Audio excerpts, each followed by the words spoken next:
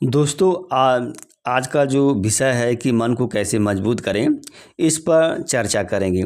देखिए, मन को मजबूत करने की ज़रूरत क्यों पड़ती है।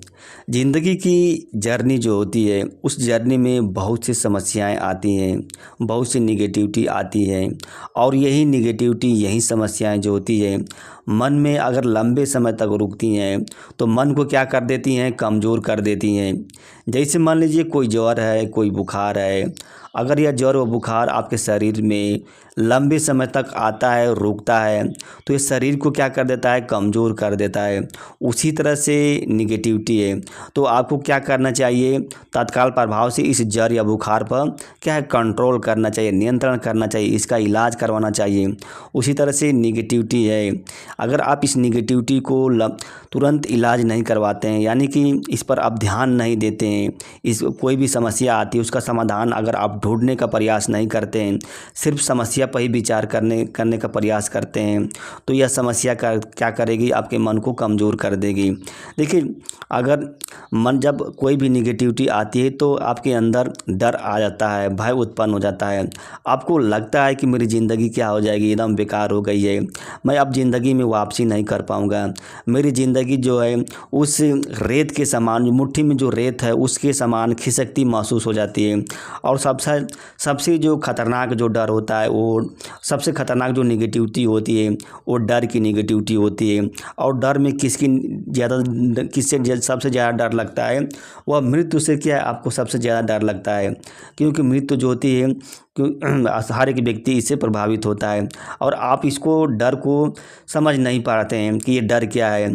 तो आपको कोई भी समस्या आती है आपको मन में, तो उससे क्या करना पड़ेगा, आपको उसका समाधान तलाशना पड़ेगा, उससे लड़ना पड़ेगा, उसको क्या है, हराना पड़ेगा। लड़ने का मतलब हुआ क्या यहाँ पे, कोई भी अगर आपके मन में कोई समस्या आती है तो लड़ने का मतलब यही हुआ कि आपको क्या है, डंडे से नहीं लड़ाई करना है, आपको हथियार से नहीं लड़ाई करना है। आपको कोई भी समस्या अगर आ रही है तो उसको पहचानना है, उसके समाधान ढूंढना है, उसके विकल्प ढूंढना है। जैसे डर है, अगर आपके मन में डर आ रहा है तो डर का क्या कारण है, उसके बारे में क्या आपको पता लगाना पड़ेगा। डर का जो स्रोत है, क्या उसका स्रोत है, क्या कारण, डर वास्तव में क्यों उत्पन्न हो रहा है और डर के प्रति जो आपका भाव है कैसे उत्पन्न हो रहा है, इसके बारे में आपको रियलिटी पता लगाना पड़ेगा। अपने बुद्धि का यूज करना पड़ेगा, अपना जो विवेक है उसका यूज करना पड़ेगा, अपने जो मानसिक क्षमता है उसका यूज करना पड़ेगा।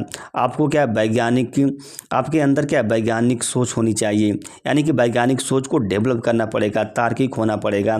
कोई भी समस्या आती है, अगर आप इन समस्याओं को नहीं सॉल्व कर पाएंगे तो निश्चित रूप से ये समस्याएं जो होती हैं आपके मन को प्रभावित करेंगी। आपको ज़्यादा इमोशनल नहीं होना है। अगर आप ज़्यादा इमोशनल हो जाएंगे तभी प्रॉब्लम क्रिएट हो जाएगी। अगर आप ज़्यादा रेशनल हो जाएंगे तो तभी, ये रेशनल होने का मतलब ये है कि तार्किक ढंग से रहिए। तो आपके अंदर कुछ भी डर आ रहा है, चाहे निगेटिव, डिप्रेशन हो रहा है या टेंशन हो रहा है, कोई भी समस्या है, तो उसको तत्काल प्रभाव से उसको सॉल्व करने का प्रयास कीजिए। अगर आप तत्काल प्रभाव से सॉल्व नहीं कर पाएंगे तो निश्चित रूप से ये जो समस्याएं जो होती हैं आपको प्रॉब्लम क्रिएट करेंगी, आपके मन में दुविधा उत्पन्न करेगी, आपके मन में जो है द्वंद्व उत्पन्न करेगी, आपके मन में बेचैनी उत्पन्न कर देगी और आपका मन कमज़ोर हो जाएगा, तो निश्चित रूप से प्रभावित हो जाएंगे। तो सबसे आसान तरीका क्या है, आपका चिंतन करना। चिंता नहीं, चिंतन करना, आपको मनन करना है। आपको ज़िंदगी की जो संभावना है उसको तलाशना है, कौन सी है। आपके अंदर जो निगेटिविटी आ रही है, जो डर आ रहा है, उस डर का बारे में लिखना है, उसको समझना है। तो ये धीरे धीरे जो आपका मन जो है मजबूत हो जाएगा। अगर आप इससे भागने का प्रयास करेंगे तो निश्चित रूप से आपका मन कमज़ोर हो जाएगा। जैसे मान लीजिए कोई ये व्यक्ति है, इस व्यक्ति को भीड़ से दिक्कत हो रही है। अगर ये व्यक्ति इस भीड़ से डरेगा, यानी कि भीड़ से डरता रहेगा, तो आजीवन तक परेशान रहेगा। अगर ये व्यक्ति इस भीड़ से नहीं डरेगा तो इसको किसी प्रकार की कोई प्रॉब्लम नहीं हो पाएगी। यानी कि इसको भीड़ से संपर्क करना पड़ेगा, भीड़ में जाना पड़ेगा, भीड़ में लोगों से बात करनी पड़ेगी। इसकी जो भीड़ की जो वास्तविकता है उसको अनुभव करना पड़ेगा, उसको फील करना पड़ेगा, तभी जाके समस्या का समाधान हो पाएगा। दोस्तों धन्यवाद, नमस्ते।